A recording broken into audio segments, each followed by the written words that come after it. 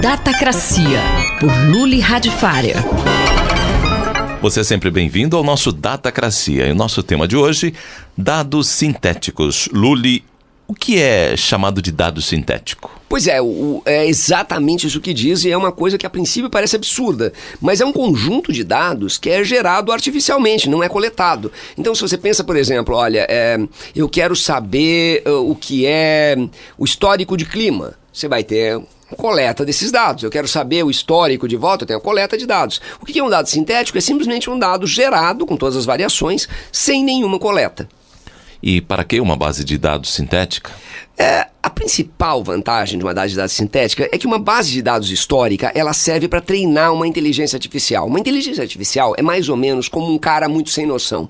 Então, vamos pegar um exemplo clássico, sei lá, me tiram daqui e me colocam no Japão. Eu não entendo nada da política japonesa, então eu vou ter que ler um monte de informações sobre a política japonesa para poder ter alguma opinião. Então, isso chama-se treinar a base de dados. Então, você pega uma base de dados jurídica, você dá para ela uma série histórica de julgamentos para ensinar para ela como é que ela julga. Você dá uma base de dados médica, a mesma coisa. O problema é que essas bases de dados, elas têm muito erro conceitual, muito erro de preconceito mesmo. Quer dizer, é a medicina ignorando partes do corpo feminino, é uma política, e principalmente um sistema judiciário racista, ou homofóbico, ou machista. Então, quer dizer, para você treinar uma máquina, tudo que a gente não quer é que uma inteligência artificial tenha os mesmos defeitos do homem e ainda amplificados. Então, para poder treinar direito um sistema de medicina, de direito ou de alguma ação social,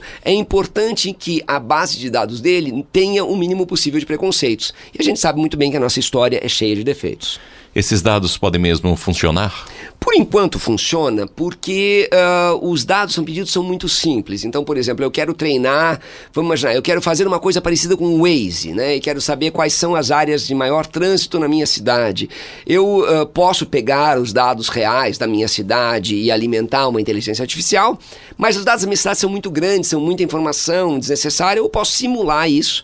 E a máquina aprende mais rápido. Um exemplo clássico boa parte desses aparelhos de jogos de inteligência artificial, eles são treinados com bases sintéticas. Isso pode levar a sistemas mais justos, não? Pode. É uma promessa, né? Muita gente aposta nisso, mas também pode levar a erros sistêmicos, porque a máquina, vamos lembrar, é um indivíduo sem noção. Então, a máquina não sabe o que é certo e o que é errado. Então, é mais ou menos como, sei lá, se eu fosse um médico e eu fui treinado por uma base sintética, eu posso chegar à conclusão que giz é a melhor coisa para se fazer, para remover fratura de osso. Por quê? Porque giz é feito de calcário, o osso também é feito de calcário, então o giz vai ajudar a corrigir fratura com giz. E não, pelo amor de Deus, comentários estúpidos, não faz nenhum sentido, é porque eu não tenho noção. Então, a máquina, a gente tem que sempre lembrar, o nome inteligência artificial é bonito, mas a máquina é um bicho bem burro e bem rápido. E quando você faz burrice muito rápido, você pode fazer umas burrices bem grandes. Eu sou o Mário Santi e conversei com o professor da ECA, Luli Radifária. Datacracia, por Luli Radifária. Bibliomania, por Marisa Midori.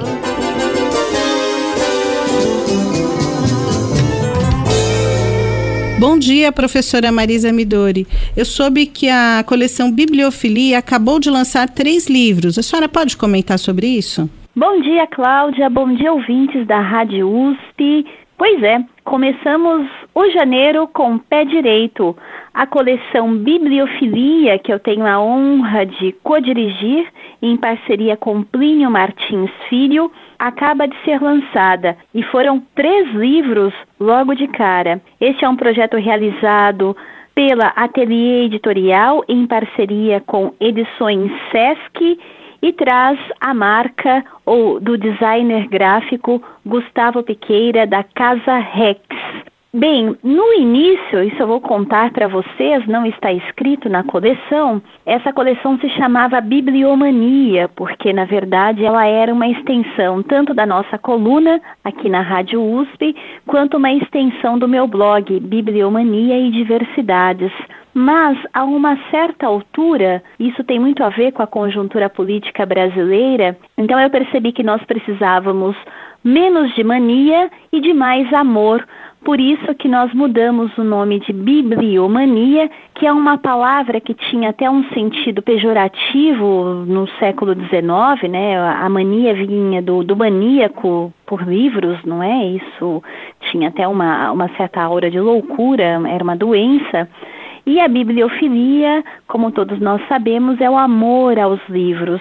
Então a coleção, na verdade, ela não entende a palavra num sentido estrito, ou seja, dos colecionadores de livros, dos bibliófilos, embora os bibliófilos sejam valorizados também nesta coleção, como veremos nos próximos títulos, não é? O a seguir. E professora, qual que é o livro de estreia da coleção?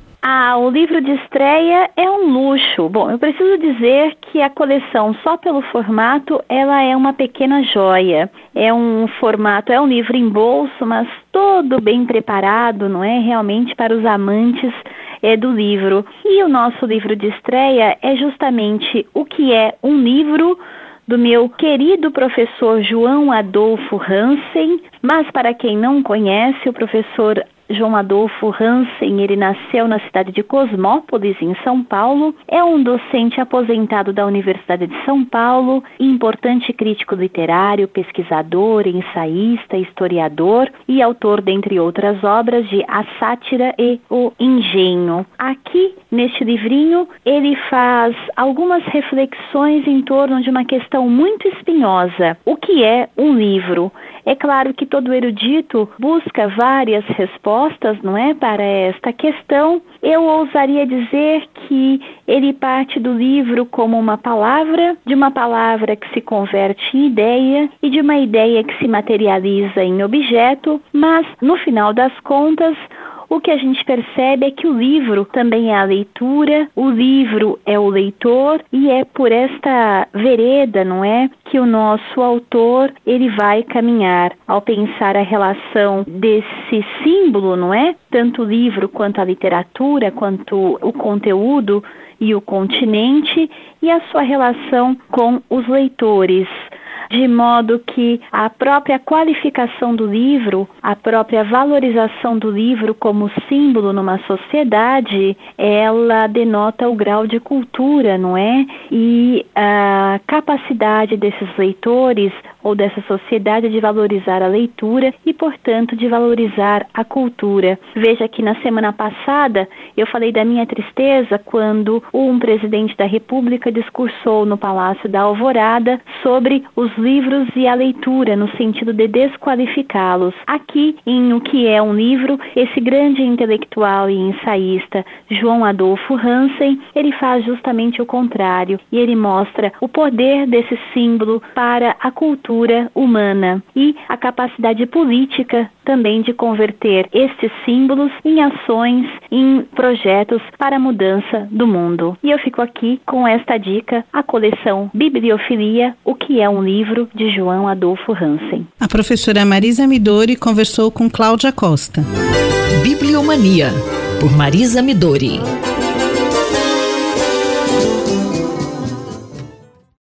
Entender estrelas. Uma viagem pela astronomia, por João Steiner.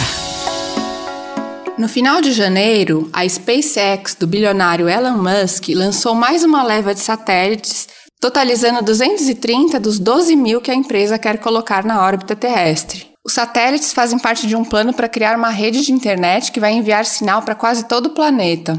Professor João Steiner, esse projeto tem enfrentado críticas dos astrônomos, né? Que problemas que podem acontecer para a astronomia? Bom, a astronomia tem por método observar o céu, não é? Em todas as frequências possíveis, né?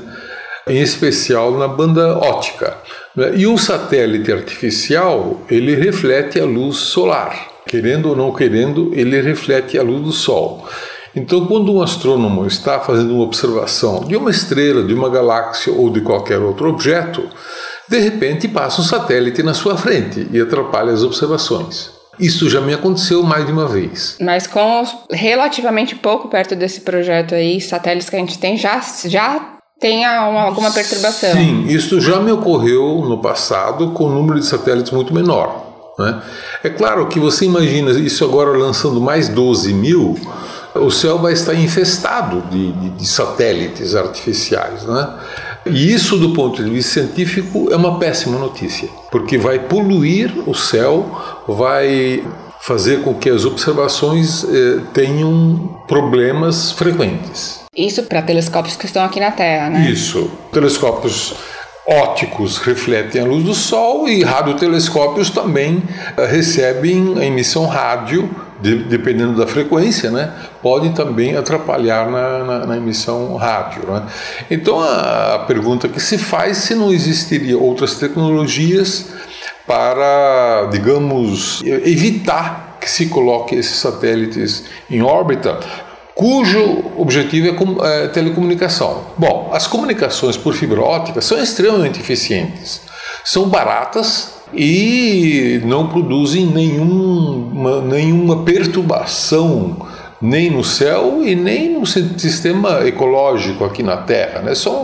É uma infraestrutura muito amigável do ponto de vista do meio ambiente. E como que é essa regulação da órbita terrestre? Porque ali, não é considerado área internacional, não tem nenhuma regulação porque a gente está fora da Terra. Existem algumas regulações, sim, que foram promovidas pela ONU, né?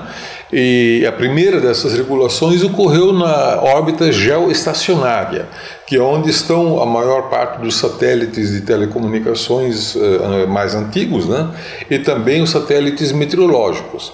Como a órbita geoestacionária é apenas um círculo em cima do Equador, então há muita competição por esse espaço tão exíguo, né?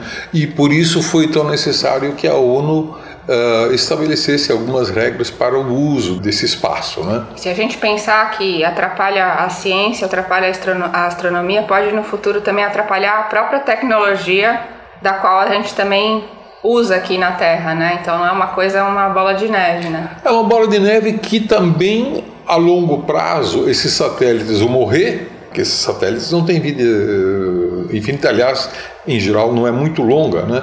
Vão morrer e vai ficar esse lixo orbitando o espaço, e a rigor esse lixo já existe e já é um problema.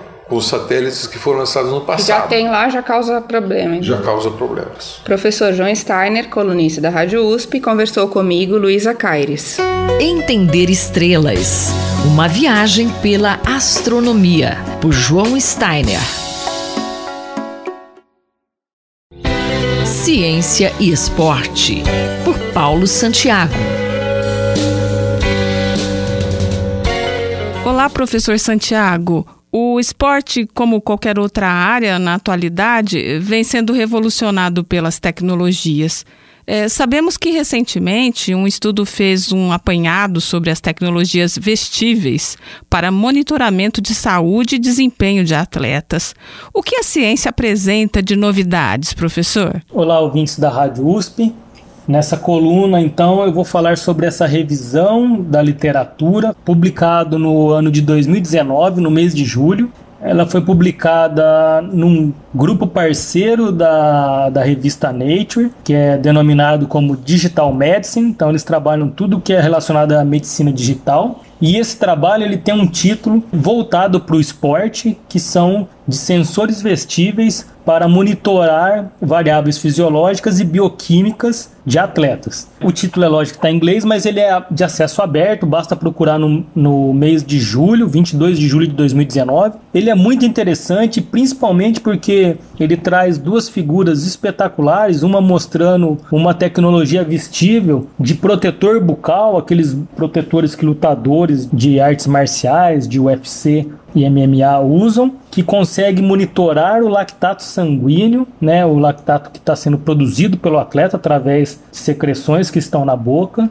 Também eles mostram um tipo de adesivo que consegue fazer medidas através do suor de várias propriedades bioquímicas do atleta, como por exemplo o pH, então através da sudorese, e extremamente pequenos, do tamanho de uma moeda, dessas moedas de 50 centavos. Então é impressionante como que o trabalho é de uma qualidade imensa, ele é um trabalho bem extenso, e no final, para fechar com chave de ouro, eles abordam que esse volume de informação O mais importante para tratar tudo isso depende, né, da questão da evolução do aprendizado de máquina, da área de tecnologia da informação, a inteligência artificial, o uso de mineração de dados, trabalhar com Big Data. Então, isso é muito importante, muito interessante, mostrando mais uma vez que a gente está na era das tecnologias vestíveis e caminhando aí para como se fosse uma revolução 4.0 para o esporte. E o que o Brasil deve fazer para não ficar para trás nessa caminhada à Revolução 4.0? Olha, o Brasil tem que se preparar para esse novo mundo. Os pesquisadores, as pessoas na área comercial, nas indústrias no Brasil, precisam estar atentos. Desde a contratação de profissionais capacitados para trabalhar com esse tipo de tecnologia no esporte, assim como na produção de equipamentos também. O Brasil não pode ficar só à mercê de outros países, comprando, por exemplo, da China, dos Estados Unidos, Alemanha, essas tecnologias vestíveis. Então, eu até vou repetir um pouco o que foi falado na última coluna agora, de um colega aqui da Faculdade de Economia, Administração e Contabilidade da USP Ribeirão Preto, o Luciano Nakabashi, que ele falou também que o Brasil precisa se preparar para a 4ª Revolução Industrial. Então, o esporte também precisa se preparar para a 4ª Revolução Industrial que virá e atingirá o esporte. Então, precisamos de profissionais cada vez mais ligados ao esporte, à tecnologia, à indústria 4.0, à área de TI e computação. Obrigado e até a próxima coluna. Eu sou Rita Estela e nós ouvimos o professor Paulo Roberto Santiago, da Escola de Educação Física e Esporte da USP de Ribeirão Preto. Ciência e Esporte, por Paulo Santiago.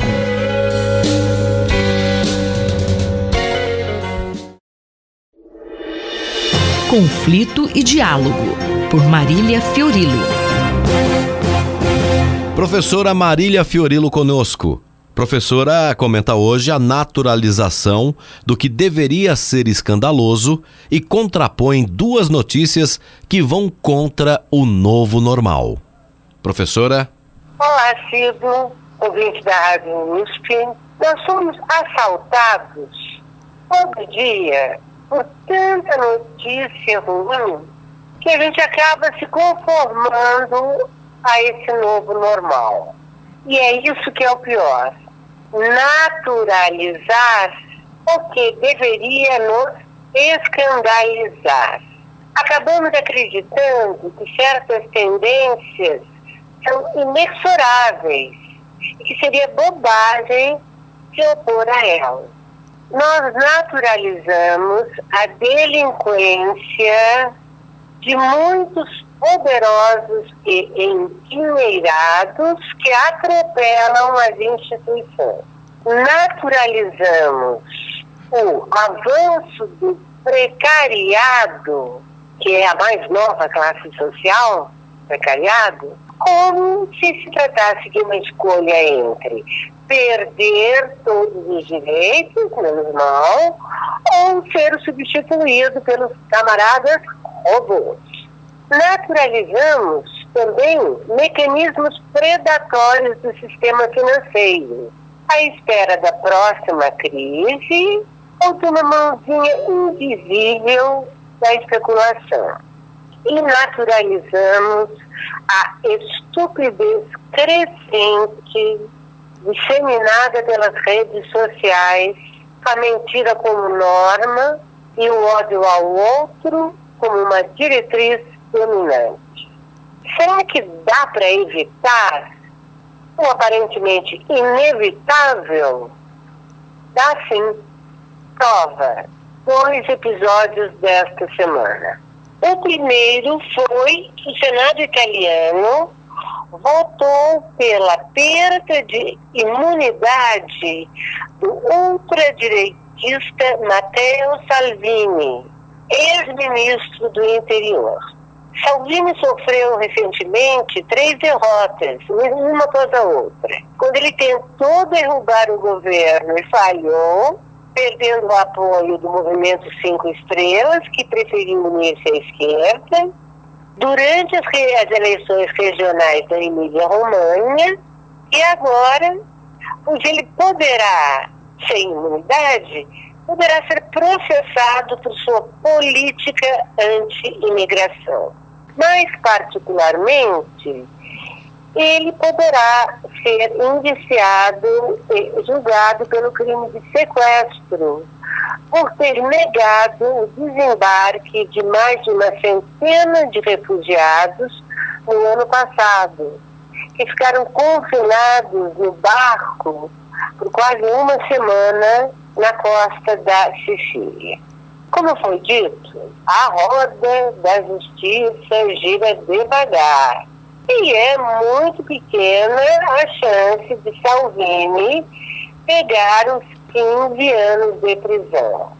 Porém, o capitão, como ele é chamado, deixou de ser um intocável.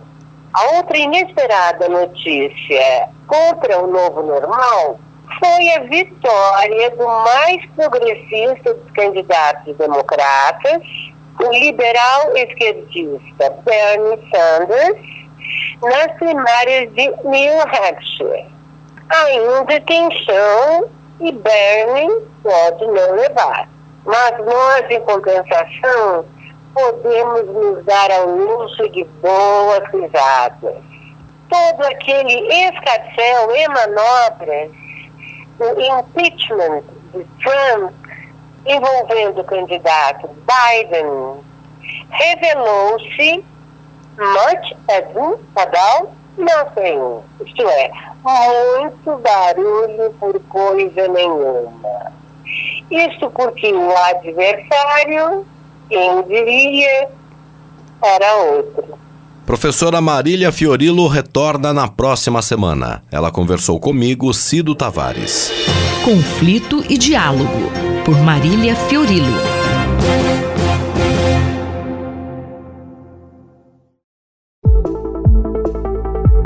Educação e Direitos. Professora Eunice Prudente. Professora Eunice, qual o tema da coluna hoje? O tema da nossa coluna hoje é o ambiente escolar, dando continuidade ao que conversávamos. É muito grave a ocorrência do bullying. Está aí a Universidade de São Paulo, em especial a Faculdade de Medicina, estudando, pesquisando o bullying, porque corresponde a uma prática de atos diversificados de violência.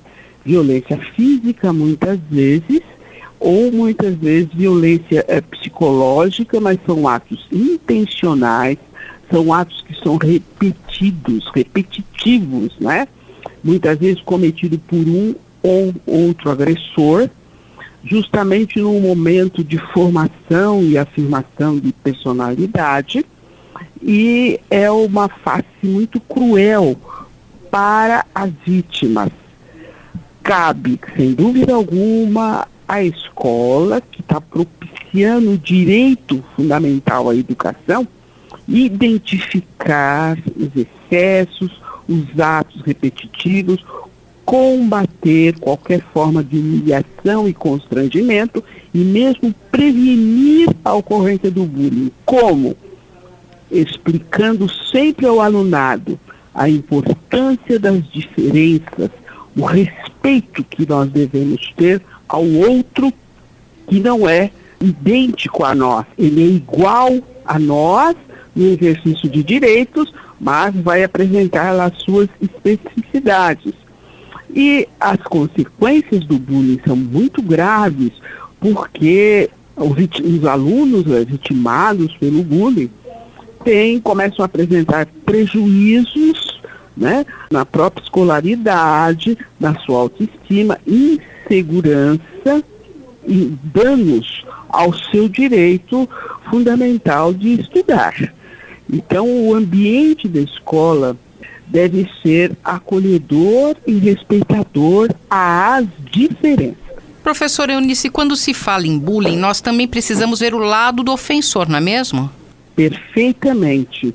O ofensor também é um aluno, também é alguém que precisa, então, ser reintegrado, precisa, né, de toda a atenção.